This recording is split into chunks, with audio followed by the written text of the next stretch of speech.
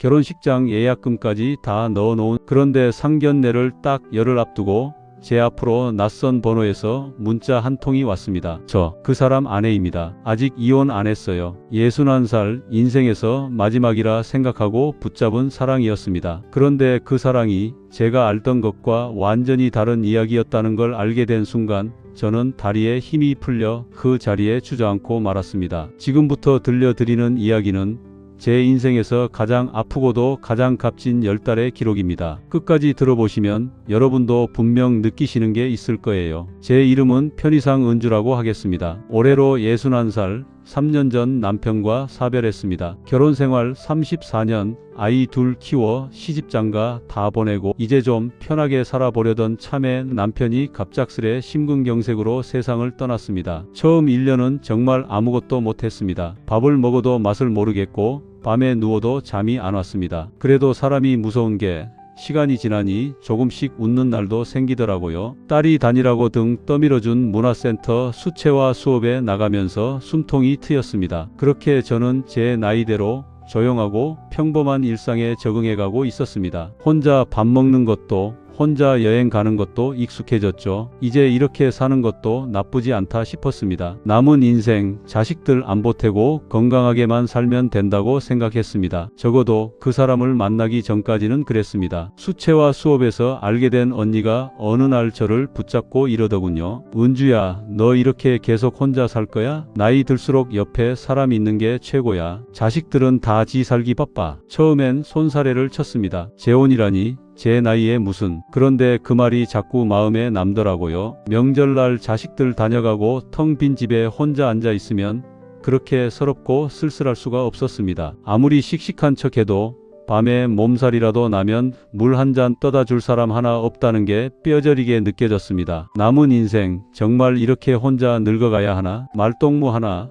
밥같이 먹을 사람 하나 있으면 얼마나 좋을까? 그 언니의 소개로 저는 처음으로 시니어 재혼 상담소라는 곳에 문을 두드리게 되었습니다. 손이 벌벌 떨렸습니다. 이 나이에 미팅이라는 걸 나간다는 게 죽은 남편에게 죄를 짓는 기분도 들었습니다. 그래도 저는 용기를 냈습니다. 남은 인생을 위해서요. 그렇게 소개받은 사람이 바로 그 사람, 편의상 병철 씨라고 하겠습니다. 65살, 저보다 4살 많았고 중견기업에서 정년퇴직한 뒤 작은 사업체를 운영하고 있다고 했습니다. 첫 만남부터 병철 씨는 참 다정했습니다. 제가 커피를 마시다 흘리자 냅킨을 먼저 건네주고 제가 하는 말 하나하나에 귀를 기울여 주었습니다. 남편과 사별했다는 이야기를 하며 눈물을 보이자 그는 자신도 5년 전 부인과 사별했다며 제 손을 가만히 잡아주었습니다. 저도 똑같이 겪어봐서 압니다. 얼마나 외로우셨을지. 그 말 한마디에 저는 마음의 빗장이 스르르 풀리는 걸 느꼈습니다. 같은 아픔을 가진 사람이라는 동질감,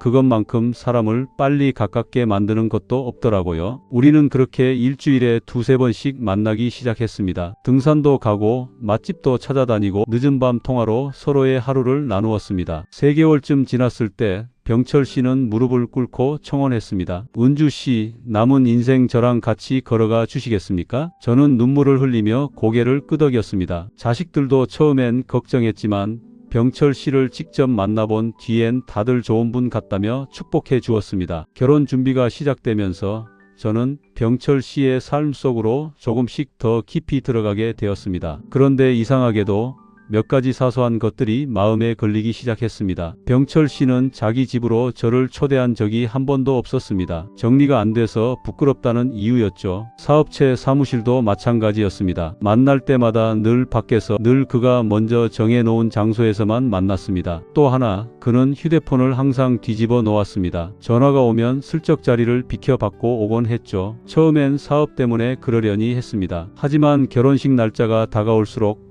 그 작은 위화감들이 제 안에서 점점 커져갔습니다. 친한 언니에게 이 이야기를 털어놓자 언니는 정색을 하며 말했습니다. 은주야, 그거 촉이 맞을 확률 높아. 이럴 땐 확실하게 알아보는 게 나아. 나중에 후회하지 말고. 저는 밤잠을 설쳐가며 고민했습니다. 사랑하는 사람을 의심한다는 게 죄스러웠지만 동시에 이 결혼이 제 남은 인생을 걸만한 일이라는 것도 알았기에 더는 모른 척할 수 없었습니다. 그리고 상견례를 열흘 앞둔 어느 날 밤 저는 낯선 번호로부터 문자 한 통을 받게 됩니다. 그 문자가 제 인생을 완전히 뒤흔들 줄은 그때까진 몰랐습니다. 지난 이야기에 이어서 상견례를 열흘 앞둔 그날 밤으로 돌아가 보겠습니다. 낯선 번호로 문자 한 통이 도착했습니다. 안녕하세요. 저는 그 사람 병철 씨의 법적 아내입니다. 저희는 5년 전에 별거했을 뿐 아직 이혼 서류에 도장을 찍지 않았습니다. 그 사람이 사별했다고 했다면 그건 거짓말입니다. 심장이 바닥으로 떨어지는 것 같았습니다. 손이 너무 떨려서 답장을 치는 데만 한참이 걸렸습니다. 전화 통화로 이어진 그 여성의 이야기는 이랬습니다. 병철 씨는 사업 실패로 큰 빚을 지게 되었고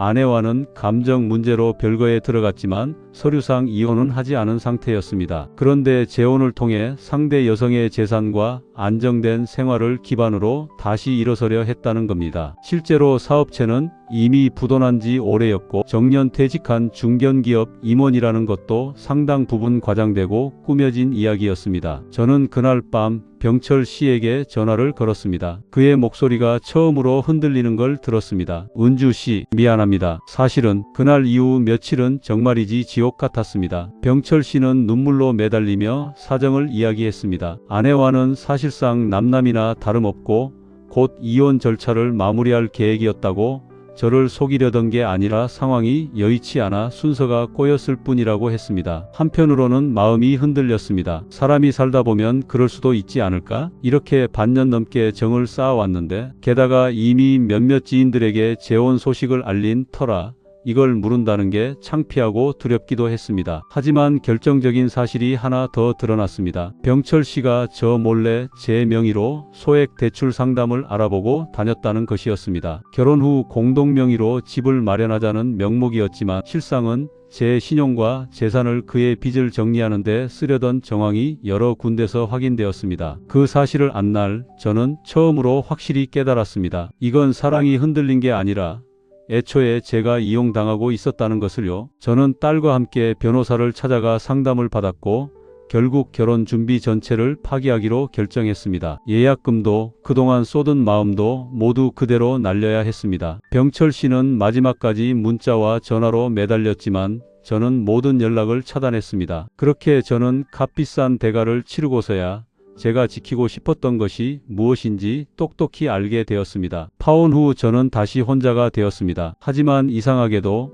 사별 직후만큼 무너지지는 않았습니다. 오히려 홀가분한 기분마저 들었습니다. 저는 다시 문화센터 수채화 수업에 나갔고 자식들과 더 자주 얼굴을 마주했습니다. 딸은 그날 이후 매주 전화를 걸어와 제 안부를 물어주었고 아들 내외는 명절이 아닌 평일에도 손주를 데리고 찾아와 주었습니다. 저는 그제야 깨달았습니다. 제 곁엔 이미 저를 진심으로 아끼는 사람들이 있었다는 것을요. 외로움에 쫓겨 조급하게 다른 곳에서 그것을 찾으려 했던 제 자신을 돌아보게 되었습니다. 몇 달 뒤 저는 그 언니에게 넌지시 말했습니다. 언니, 나 이제 재혼 같은 거 급하게 생각 안 하려고. 사람 하나 잘못 보면 남은 인생 전부가 흔들린다는 걸 이번에 뼈저리게 배웠어. 그렇다고 해서 다시는 사랑하지 않겠다는 말은 아니었습니다. 다만 이제는 외로움 때문에 서두르지 않기로 저 자신을 먼저 든든히 채운 뒤에 사람을 만나기로 마음먹었습니다. 그로부터 1년이 지난 지금 저는 수채화 수업에서 작은 개인 전시회를 열 만큼 실력이 늘었습니다. 주말이면 같은 처지의 사별 이혼 여성들과 소모임을 만들어 등산도 가고 서로의 고민도 나눕니다. 그중 몇몇은 저처럼 재혼 상담소에서 비슷한 일을 겪은 이들이었고 우리는 서로에게 큰 위로가 되어주고 있습니다. 최근엔 같은 소모임에서 알게 된 한 분과 아주 천천히 마음을 나누는 중입니다. 이번엔 서두르지 않습니다. 상대의 가족관계 증명서를 직접 확인하는 것도 재산 관계를 투명하게 이야기하는 것도 부끄러워하지 않습니다. 사랑에도 최소한의 확인과 절차가 필요하다는 걸 저는 비싼 수업료를 내고 배웠으니까요. 돌이켜보면 그날 밤 낯선 번호로 문자가 오지 않았더라면 어떻게 되었을까 아찔합니다. 하지만 저는 이제 그 일을 원망만 하지 않습니다. 그 일이 있었기에 저는 제 인생을 스스로 지키는 법을 배웠고 진짜 저를 아껴주는 사람들이 누구인지도 확실히 알게 되었으니까요. 여러분 혹시 지금 이 순간 외로움 때문에 조급한 결정을 내리고 계시진 않나요? 사랑은 나이와 상관없이 아름답지만 그 사랑을 지키기 위해선 눈을 크게 뜨는 용기도 필요합니다. 이 사연이 마음에 와닿으셨다면 여러분의 이야기도 댓글로 나눠주세요. 비슷한 경험 혹은 응원의 한마디도 좋습니다. 다음 사연에서 또 다른 인생 이야기로 찾아뵙겠습니다. 구독과 좋아요는 큰 힘이 됩니다. 감사합니다.